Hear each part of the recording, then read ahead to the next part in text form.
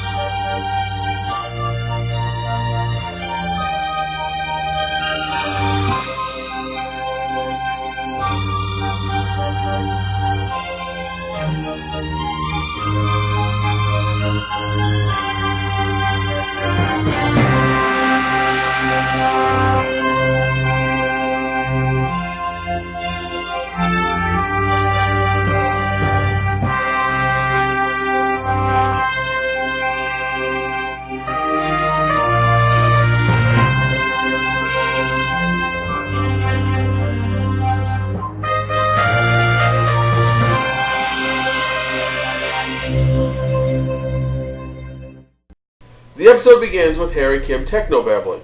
He apparently has to work on some technical issue with 7 of 9, and he seems a little off-put by the fact that he's going to have to work closely with her. So, you're going to realign your sensors with 7s. That sounds kinda dirty. Well, it's Tom Paris, Kim. Everything he says and does and thinks is kinda dirty. Voyager comes under attack by some invisible ship. Of course, later it turns out they're not coming under attack by the invisible ship. They're in between 2 invisible ships shooting each other.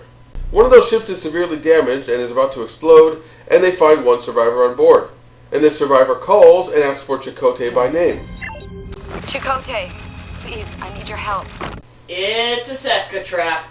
What? It's a Seska trap. Seska died 3 years ago. Oh yeah, that's what she wants you to think. They had her body. A likely story. They presumably still have her body. Can we see it? I think Neelix ground them into sausages. Lies! Cardassians make terrible sausages! Kim knows this. He doesn't know who she is, but they try to beam her aboard. Only they can't. I don't understand. I get a clear lock, then it drops out. If we can get an away team over there, we could stabilize her ship and tractor it in. So they go on board the ship to rescue her. No life signs. I'm gonna get this bulkhead off you. Chakotay does his best Generations reenactment, because that's something we need to see reenacted, and rescues her from under the debris. And at first I thought that this was because they're weird anti-technology, you can't scan them kind of nature, but apparently not, because they can just beam her right back. So, in other words, that entire scene was padding, because you could have just beamed her off the ship. Nothing was accomplished, we didn't learn anything about her or her people. Stop padding episodes when you can actually put content into the episodes. Back in sickbay, and by the way, here's why I didn't think that the transporters would lock onto her, is it seems like the tricorders cannot scan her. They can't retain any awareness of her in their memory banks.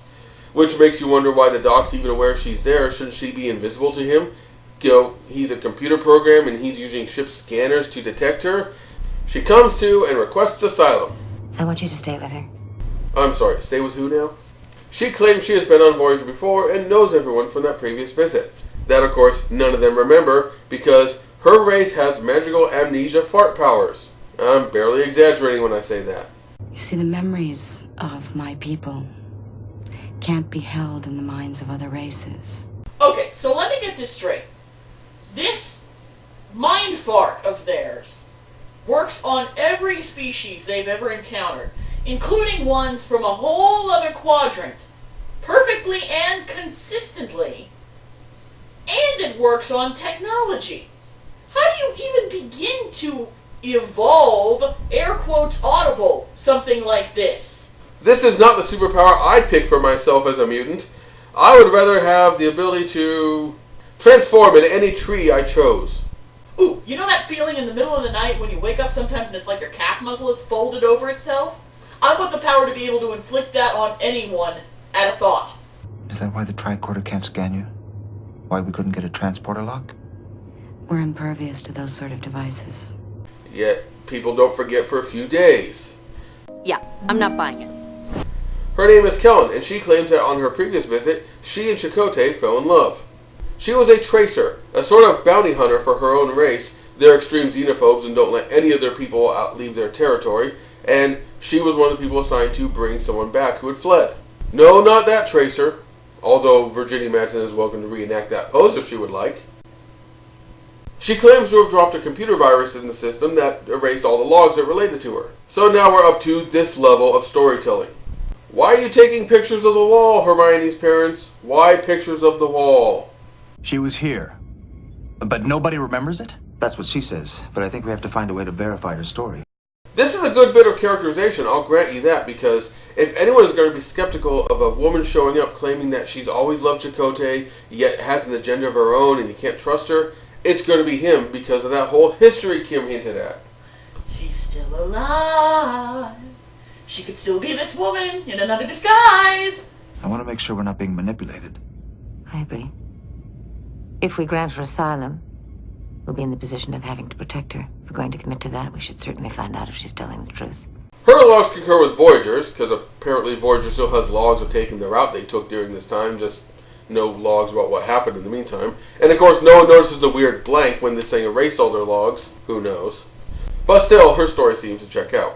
At the mess hall, we get another nice bit of characterization where Kellen and Chakotay are grabbing lunch, and Kellen points out that she knows every reason why Chakotay hates that meal. Not counting the fact that Neelix was the one who served it. You hate carrots, fried food upsets your stomach, and you refuse to eat pudding because you think it's slimy. This is, of course, good characterization, and it also demonstrates that Kellen really does know Chakotay. Chakotay just wants details about story, what happened, the facts, and Kellen only wants to talk about their relationship and their romance. Women, am I right? Ow! How did you get on our ship? That was easy. The hard part was looking for the runaway without anyone finding me.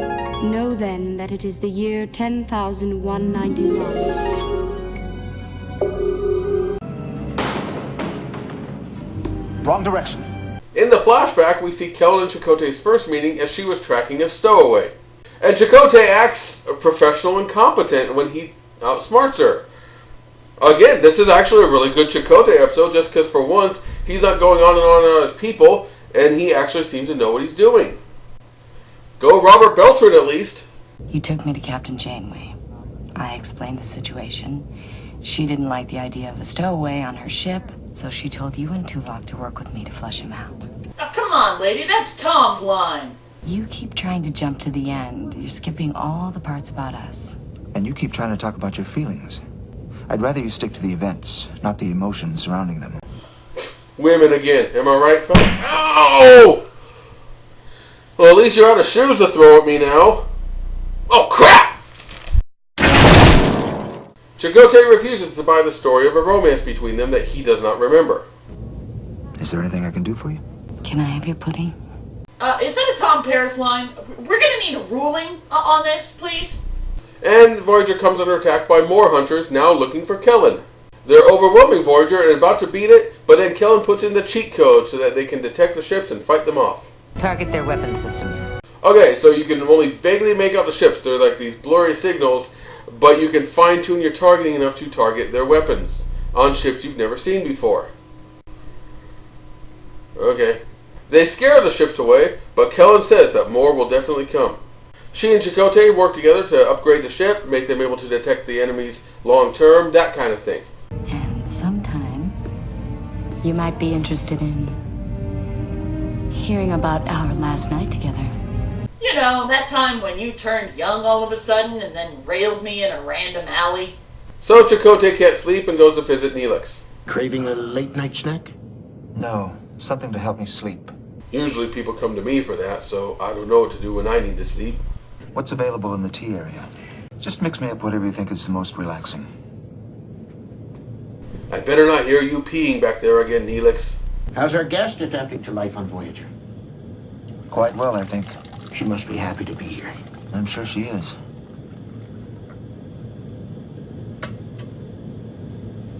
Forgive me, Commander. They talk about love, and it's actually okay. Kind of sums up this episode. Okay, nothing extraordinary, but nothing extraordinarily bad either. I'm still suspicious of her. I don't know if she's using me in some way just for her own purposes. You don't trust her. Yes, Neelix. My statement that I fear she's lying and has an ulterior motive does in fact indicate mistrust. Way to boil that down to its essence. Why don't you go boil something else down to its essence, you hedgehog? So Kellen comes to Chakotay's quarters to kind of press him on the romance and keep pushing that button. Am I crazy? Or is this actress giving off a very strong Kess vibe? I mean, look at her, especially in this low lighting. Her hair is similar to how Kess had it styled in her final season. She's got a similar build and facial structure, a similar vocal tone. She's even got the weird makeup on her ears that makes her look slightly Okampan. Do you see it? So, do you think Kellen is just anyone but Kellen? What next? Is she actually Uhura in disguise? Maybe. Hey, you gotta admit, this would have been a better idea for returning Kess than Fury. Well, that's a given. So Chakotay decides to go for broke and make out with the hot Virginia Madsen alien. Poor fella. Taking one for the team there, Chakotay. Taking one for the team. And she sets up a flashback to their first encounter when they were done after a couple weeks and were caught their alien. I'm sorry you didn't get your fugitive. Just beam me back to my ship, and I'll backtrack to Micah.